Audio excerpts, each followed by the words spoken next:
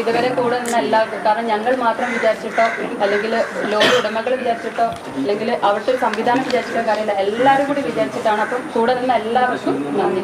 ഇനി ഇതിന്റെ ഒരു ഭാഗത്ത് നിന്ന് ഞങ്ങൾ മീഡിയനെ കാണുന്നു. ഇനി മീഡിയനെ അങ്ങനെയല്ല, ഇനി നമുക്ക് അതെ ഞങ്ങളെ കുടുംബത്തിന്റെ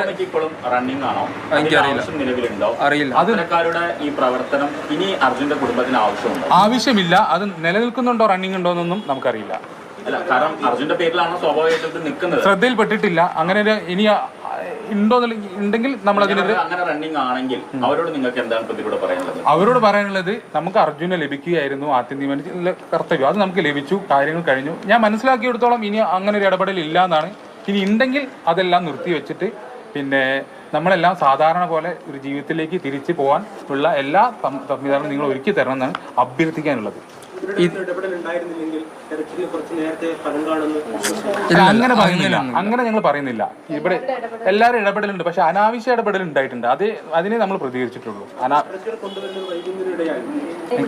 അല്ല, അത് ഞാൻ പറഞ്ഞുതരാം. അതിൽ വ്യക്തമായ സാങ്കേതിക കാരണം ഉണ്ടായിരുന്നു. ഇവരൊക്കെ പറഞ്ഞുകൊണ്ടിരുന്നത് അപ്പൊ എന്താ ട്രെഡ്ജർ എത്തില്ല, വ്യക്തമായിട്ടുള്ള കാരണം ഞങ്ങൾ ബോധ്യപ്പെടുത്തുന്നുണ്ട്. നമ്മളൊരു സംവിധാനത്തിന് എത്ര ദൂരം നമുക്ക് തള്ളി പറയാൻ പറ്റും?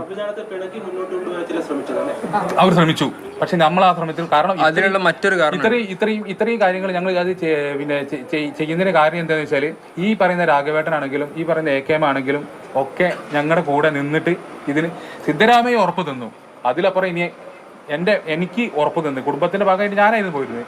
അത് എനിക്ക് തന്ന ഉറപ്പ് എന്ന് വെച്ചാൽ ട്രെഡ്ജർ കൊണ്ടുവരും, തിരച്ചിൽ ആരംഭിക്കും, അർജുൻ എടുക്കും എന്നുള്ള ഉറപ്പാണ് തന്നത്.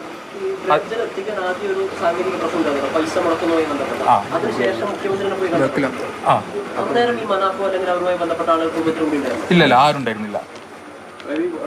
ഒഫീഷ്യലി അതായത് കേരള മുഖ്യമന്ത്രി അതുപോലെ തന്നെ കർണാടക മുഖ്യമന്ത്രിവരെയൊക്കെ കാണുന്നത് കുടുംബം രാഘവേട്ടനെ പോലുള്ള ജനപ്രതിനിധികളും മാത്രമേ ഉണ്ടായിരുന്നുള്ളൂ. അല്ലാതെ വേറെ പുറത്തുനിന്ന് വേറെ ആരുമില്ല. ഇല്ല, ആരുമില്ല. പുറത്തുനിന്നുള്ള ഒരാളുണ്ടായിരുന്നു. അവർക്ക് ഇതോടെ യാതൊരു ബന്ധവുമില്ല.